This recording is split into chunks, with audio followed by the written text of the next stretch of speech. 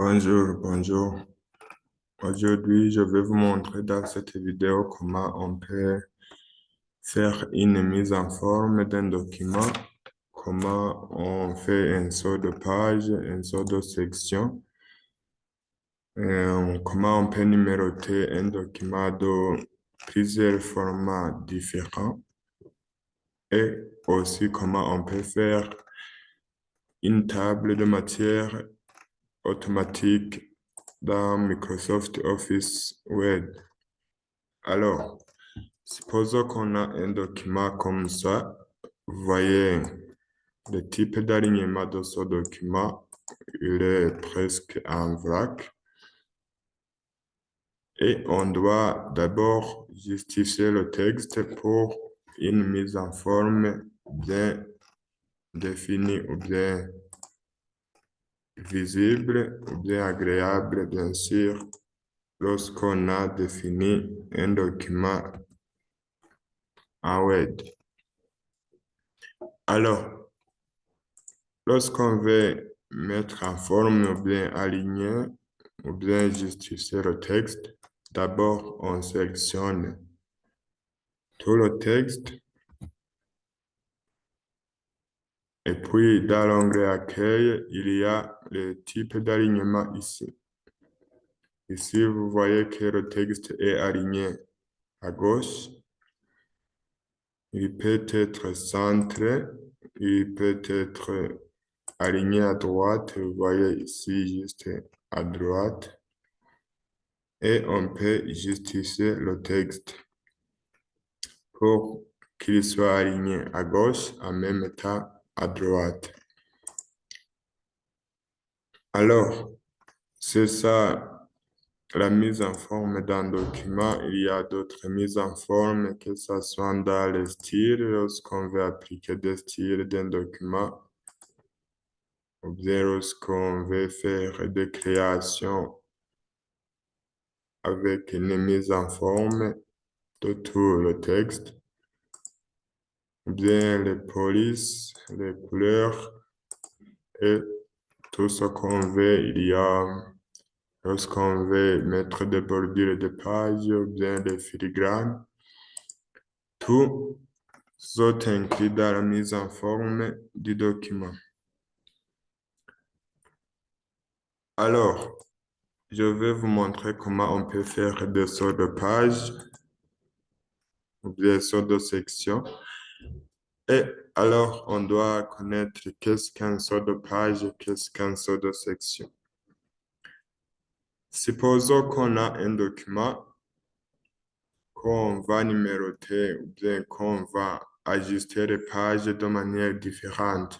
Alors, pour détacher le document, on va créer des sections différentes. Pour que ce qu'on va faire sur la section 1 ne va pas affecter sur l'autre section. C'est ça l'objectif ou bien le rôle du saut de page. Alors, pour le faire, on passe dans l'onglet Mise en page. Si vous voyez, il y a l'outil de saut de page. Il y a le marque d'endroit où se termine une page. Il y a ajout des colonnes sur la page. Il y a l'habillage du texte. Il y a le saut de section. Ici, on insère un saut de section et démarrer la nouvelle section à la page suivante. C'est-à-dire, si je fais un saut de section ici sur la page, c'est-à-dire les modifications vont se porter sur la page suivante. L'autre section va commencer sur la page suivante.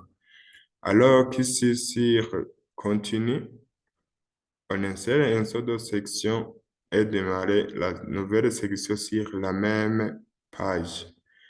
Si vous voyez, il y a les pages paires et les pages impaires pour aligner ou bien pour mettre des modifications semblable sur les pages paires de numéros pairs et les pages de numéros impairs. Alors, cela va être bien montré au niveau de la numérotation des pages que nous allons aborder maintenant. Supposons que nous avons ce document. Vous voyez juste ici au commencement, nous avons une page de présentation de quelqu'un. Nous avons l'adresse, le contact, juste une page réservée pour la présentation. Nous avons aussi une page vierge, une page qui est réservée pour la table de matière que nous allons insérer dans le document. Et nous avons aussi le contenu du document. Alors, supposons que nous allons numéroter d'ici à la présentation jusqu'aux tables de matière. Nous allons numéroter avec le format de I ou bien de chiffres romains. Et puis, l'autre section va commencer ici à l'introduction. Nous allons numéroter avec les valeurs numériques, les chiffres.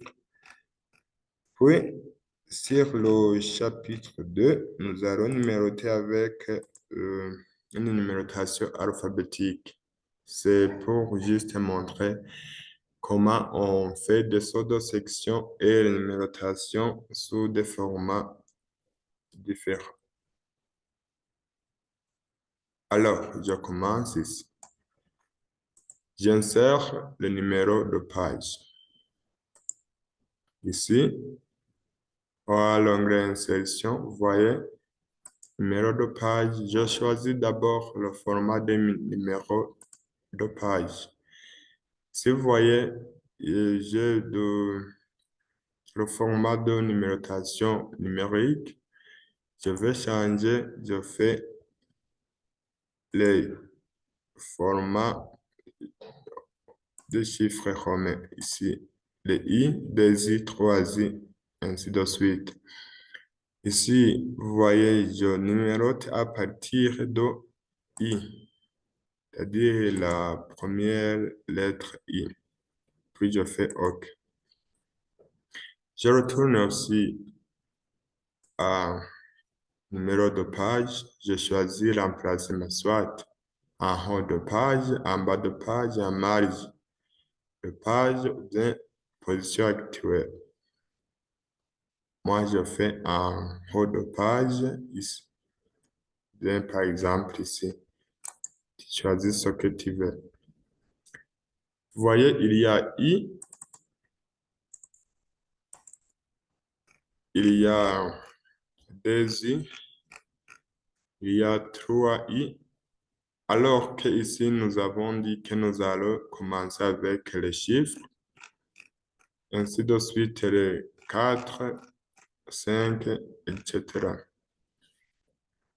Alors, je vais insérer un saut de page ici pour changer le format. Je clique sur la page, je fais mise en page, et un saut de page. Vous voyez ici, insérer un saut de section et démarrer la nouvelle section sur la même page. Je clique ici. Vous voyez que je retourne sur 1. Je retourne aussi dans le numéro de page. Je choisis le format numérique 1, 2, 3. Je fais OK. Vous voyez, c'est 1. Ici, c'est 2. Et ici, je commence à 1, 2, 3. Alors, je dis qu'à partir de chapitre 2, Je vais commencer avec la numérotation alphabétique, c'est-à-dire A, B, C, et ainsi de suite. Je retourne en mise en page, sur deux sections, puis continue. Pour insérer ces deux sections et commencer sur la même page, je retourne sur 1, je modifie le format de numérotation et je fais A, B, C, 2. A commencer par A. Vous voyez, c'est A, c'est B, c'est C, ainsi de suite. Alors, c'est ça, comment on peut numéroter un document avec des autres sections pour affecter des numérotations de formats différents dans un même document. Alors, maintenant, nous allons faire une table de matière qui va être insérée sur cette page de numéro 18.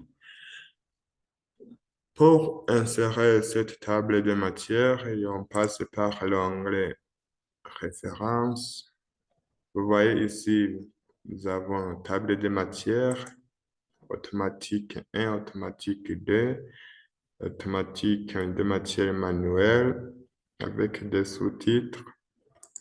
Nous avons la mise à jour de la table, c'est lorsqu'on a fait la table et qu'on modifie le document.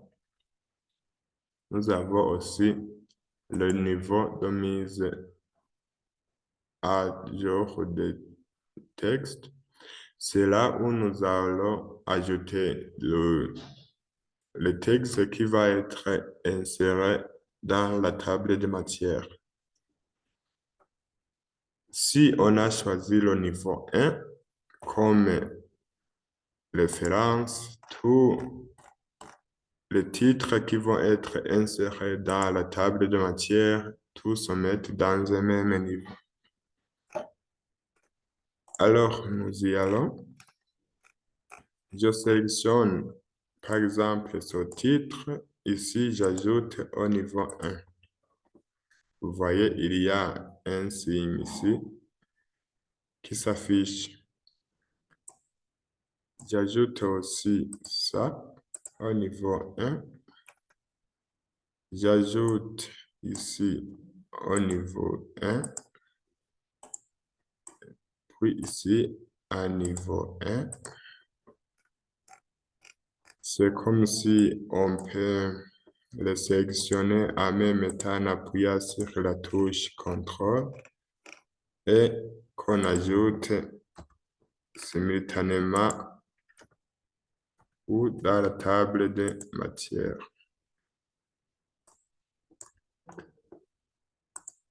C'est tout ici.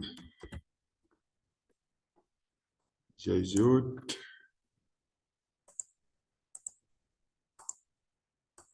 J'ajoute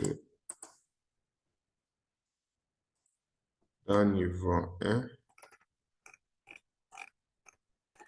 Tous les titres qu'on veut ajouter dans la table de matière doivent être sélectionnés et ajoutés dans le même niveau. Alors, après avoir ajouté tous les titres qu'on veut mettre dans la table de matière, qu'est-ce qu'on fait? Tu vas placer le curseur là où on veut placer la table de matière. Moi, je vais la mettre ici sur cette page. Je mets le curseur là. Je retourne dans l'onglet toujours Insertion. Je clique sur Table de matière et je choisis Table de matière automatique. Vous voyez que ça n'est affiché ici. Vous voyez, lorsqu'on clique dedans, la table est sélectionnée en totalité, avec toujours le numéro des chapitres ou bien des titres là où ils sont dans le document. Alors, qu'est-ce qui est de la mise à jour de la table? Alors, ici, supposons qu'on a déjà fait la table de matière et qu'on modifie quelques éléments ici dans la table. Par exemple, ici, vous voyez les défis majeurs de la table. Ils sont sur la page numéro C. Alors, qu'est-ce qu'il y a là? Je vais donc faire quoi? Je vais modifier jusqu'à ce qu'il soit sur l'autre page, supposons D. Voilà, maintenant les défis sont sur la page numéro D. Alors, puisque j'ai déjà fait la table de matière, inutile de le refaire à nouveau, je vais tout simplement mettre à jour la table. Je clique ici, il me demande mise à jour des numéros de page uniquement ou bien de toute la table. Moi, je fais toute la table et je clique OK. Voyez que le numéro de la page se change automatiquement. Supposons aussi qu'on a inséré un autre titre, par exemple là où était le défi, je mets importance sur C. Je mets importance. Et ça, je vais la faire apparaître dans la table, toujours dans niveau 1.